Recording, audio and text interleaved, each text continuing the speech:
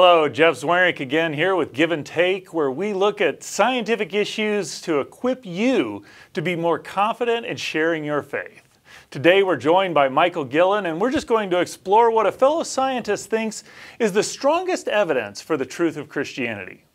Michael, it's good to have you here today. Hey, Jeff, it's great to be here. I'm really looking forward to our conversation. Yeah, I enjoy being joined here by another physicist. Right. You're theoretical, I'm experimental. So together we make a full set, there right? We go, there we go, like there we bookends. You're a best-selling author and has done stuff with Fox News. And just kind of really want to know, as a scientist and someone who interacts with these issues, what do you think is the strongest evidence for the truth of Christianity? Boy, you ask the big questions, don't you? We try. But you know what? Let me answer it this way, Jeff, in all sincerity. When I was a grad student at Cornell, where I got my PhD in math, physics, and astronomy, I was pretty much a scientific monk. So God and all that other stuff just wasn't part of my life. I didn't really care about it. I cared only about becoming a scientist. But at some point, I asked myself the question, where did this incredible universe that I'm studying come from? I mean, how did it come to be? And I knew, of course, that science offered the answer that, well, it was pretty random. I mean, you can elaborate on that, but that's really what it boils down to. And I didn't find that intellectually satisfying. Again, I wasn't a religious person, a spiritual. I just, as an intellectual, I just didn't find that answer very convincing. And so I set about to try to find other answers. And eventually, after a long haul of exploring other religions, I cracked open the Bible. And especially when I started reading the New Testament, and this is really the way I'm answering your question, is that when I read the New Testament, it struck me as being very different from any other sacred literature. In what ways did you find it most different? Okay, one of the things was I loved the kind of very straightforward narrative. There wasn't a lot of embellishment. There weren't a lot of kind of literary curly cues, as I like to say it. It was just like, this happened, and this happened, and this happened, and this person said this, and then this happened. And that appealed to me both as a scientist and as a reporter. I thought, okay, this is a horse of a different color. And then the other thing that struck me was this character Jesus. The way he spoke was very kind of non-intuitive, counter-logical. When he would say things like, the first shall be last, and if somebody, asks you to do something for them, do that and then some, and love your enemies. And it was like, whoa, you're turning logic on its head.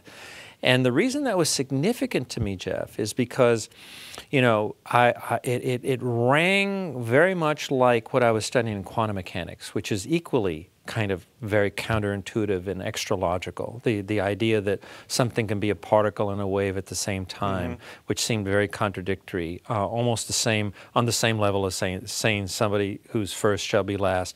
And then also, the notion that a particle is not in just one place, it's kind of everywhere at once and can materialize depending on the experiment you do, on and on and on. So right off the bat, my impression of the New Testament was this was a document that needed to be taken seriously because it was quantitatively and qualitatively very different than any other sacred religion, any other sacred literature that I had read from Muslims, from Hinduism, Buddhism, and so forth. It sounds like, if I'm understanding you correctly, is that there was something about reading the Bible that intrigued you to study more deeply, in some sense, that as you're looking at quantum mechanics, where it's saying this and this, and you have to explore, what does that mean? It's not surfacely easy to understand, but as you dig in, there's a depth to it. Is that that's actually a good way to put it. That this is a document, and I've discovered this even years subsequently. That even now, when I read the Bible after this many years of reading it, I still find new meaning in it. I'm not reading meaning into it. It's that the meaning is just inherent in the document. And it's very much like science, as you know, as a scientist yourself, that when you're studying nature, there are layers of reality. And it's like, let's take particle physics, which was my first love. You look at an atom and you think, okay, well, the atom is made up of protons and neutrons in the nucleus, electrons. Well, That's a superficial revelation, and that itself is fantastic, right? The Greeks tried to understand what atoms were made of. So just the idea that we could go that far in understanding atoms was great.